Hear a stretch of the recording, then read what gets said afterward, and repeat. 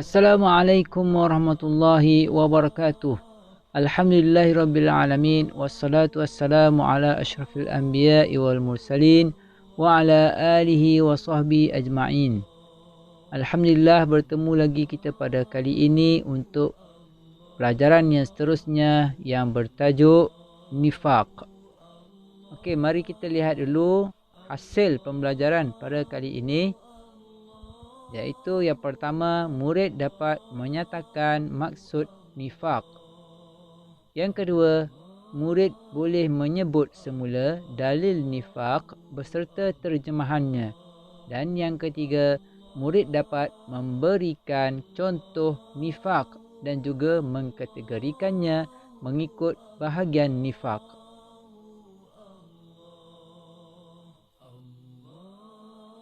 Okey, mari kita lihat maksud nifaq. Apa itu nifaq? Nifaq ialah menzahirkan keimanan dan menyembunyikan kekufuran. Jadi dia berpura-pura. Pada zahirnya nampak seperti orang yang beriman, seperti orang Islam, tetapi sebenarnya di dalam hatinya dia sembunyikan kekufuran. Jadi apakah hukum nifaq ni? Ataupun disebut munafik, orang munafik. Nifaq ni adalah sifat dia. Munafik tu adalah orang yang bersifat nifaq, dipanggil munafik. Jadi hukum nifaq adalah haram kerana Allah memberikan ancaman terhadap golongan munafik ini. Dalam firman Allah, A'udzu billahi minasy syaithanir rajim. Bismillahirrahmanirrahim.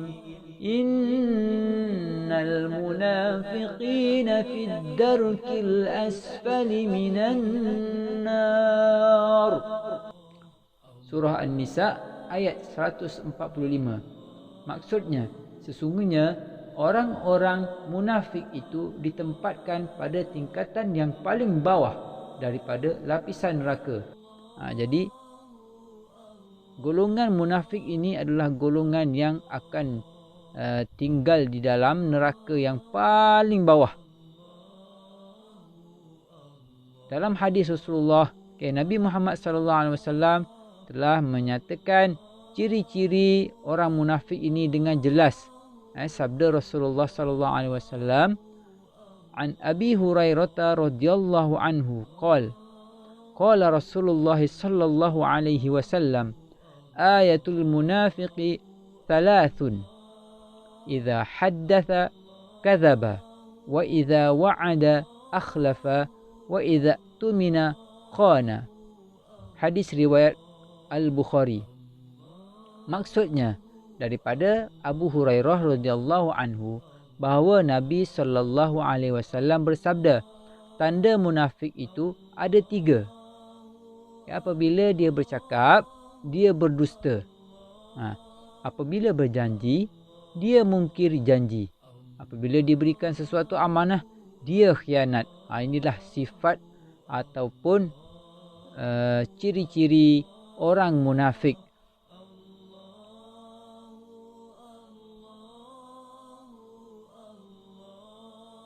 Jadi kalau kita nak hindarkan diri kita daripada sifat munafik ini, jadi kita wajib menepati janji kita. Kita kena amanah. Kita kena jujur apabila diberikan sesuatu amanah. Dan apabila kita berjanji, kita kotakan janji kita, jangan kita mungkiri. Dan apabila kita bercakap, jangan kita berdusta. Nifaq ini terbahagi kepada 2. Yang pertama, nifaq di segi i'tikad. Nifaq di segi i'tikad, iaitu iktikad kepercayaan di dalam hati kita. Dan yang kedua, nifak amalan. Okey. Mari kita lihat nifak iktikad. Nifak iktikad ini ialah tidak beriman dengan ajaran Islam, namun berpura-pura seperti beriman dengannya. Dia sebenarnya tidak beriman. Dalam hati dia tidak percaya kepada Allah dan Rasul, tetapi pada zahirnya dia berpura-pura seperti beriman dengannya. Pada zaman Rasulullah dulu ada seorang munafik yang sangat popular, nama dia Abdullah bin Ubay bin Salul. Ini adalah ketua munafik pada zaman Rasulullah dulu. Dialah yang memporak-perandakan penduduk di Madinah suatu masa dahulu. Dalam peperangan, dalam banyak situasi, dialah yang banyak mencetuskan huru-hara pada zaman Rasulullah dahulu. Okey. Manakala nifak di segi amalan pula, berdusta. Inilah sifat orang munafik. Dia suka berdusta. Yang kedua, dia suka memungkiri janji. Dan yang ketiga, khianati amanah. Jadi, untuk mengelakkan amalan nifak ini, kita jauhi 3 perkara ini.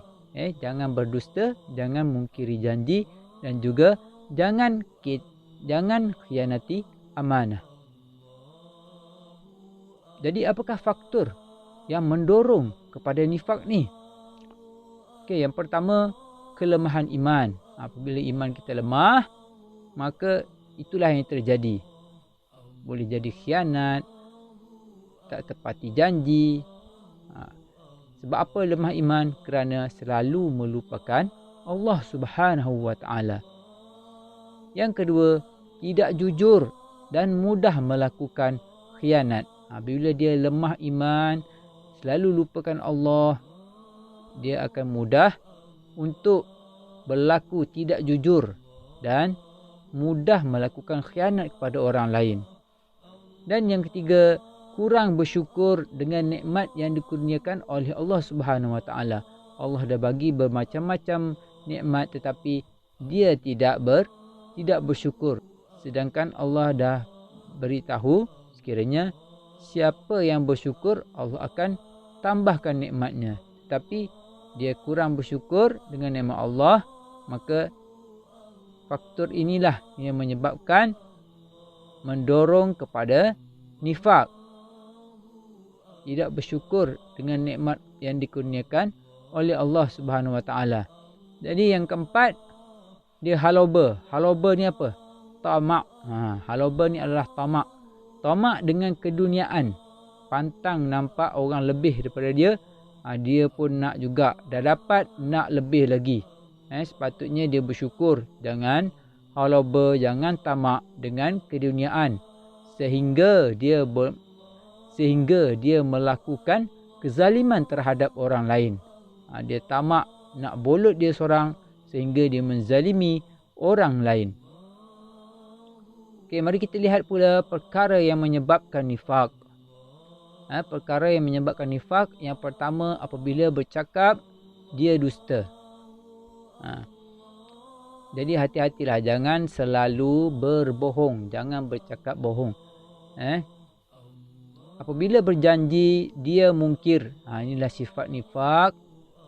Apabila diberikan sesuatu amanah, dia khianat. Jadi elakkan perkara-perkara ini untuk menjauhi diri kita daripada sifat nifak. Kerana iman itu sangat berharga. Iman ni sangat berharga. Iman inilah yang menentukan kita masuk ke dalam syurga ataupun ke neraka.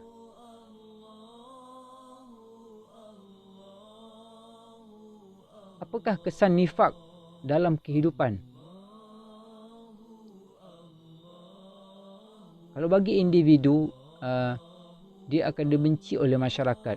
Kenapa? Selalu sangat menipu, berdusta, mengkhianati orang lain. Masyarakat akan membenci dia.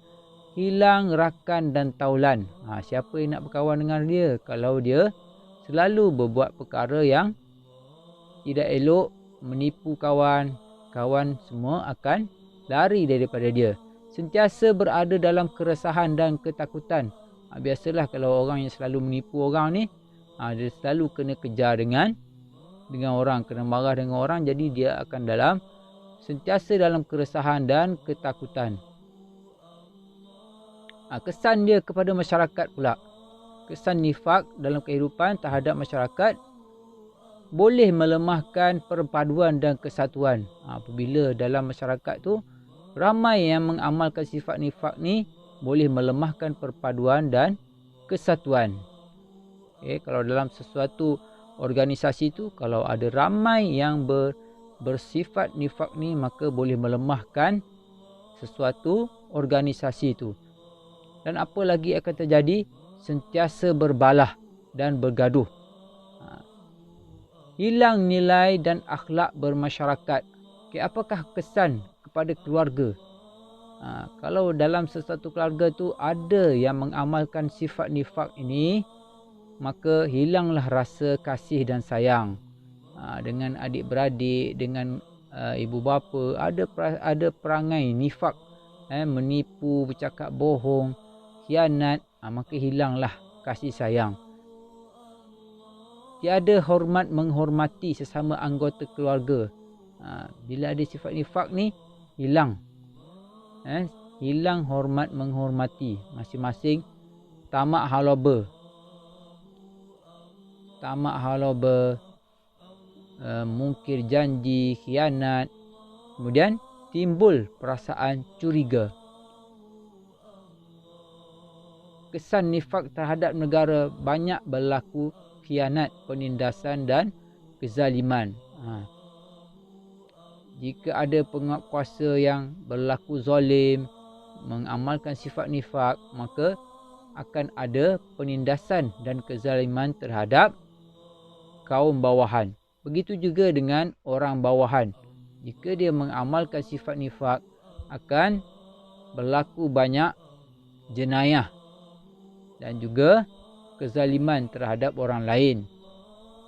Dan umat akan jadi mundur dan lemah. Kemudian mudah dikuasai dan dijajah. Apabila terlalu banyak pengkhianatan, banyak sangat tipu daya, banyak sangat pecah amanah, maka negara akan mudah dikuasai oleh orang lain dan dijajah. Jadi jauhilah sifat nifak. Jauhilah sifat nifak dalam kehidupan kita, kerana sifat nifak amat dibenci dan dimurkai oleh Allah Subhanahu wa taala dan akan dimasukkan ke dalam neraka yang paling bawah. Jadi itulah tadi pembelajaran kita pada kali ini. Diharapkan murid-murid semua dapat menguasai isi-isi pembelajaran tadi. Semoga Allah memudahkan kita untuk memahami ilmu dan Allah anugerahkan kita rasa cinta kepada ilmu. Dan insya-Allah kita akan bertemu lagi pada siri pembelajaran yang akan datang. Terima kasih diucapkan pada semua yang menonton video ini. Mudah-mudahan apa yang disampaikan dapat memberikan manfaat kepada semua. Kepada yang belum subscribe, sila tekan butang subscribe dan notifikasi loceng. Jangan lupa tekan like, komen jika ada carangan dan saranan, dan share video ni untuk manfaat bersama. Aku qauli hadza wa astaghfirullahal azim li wa lakum. Wassalamualaikum warahmatullahi wabarakatuh.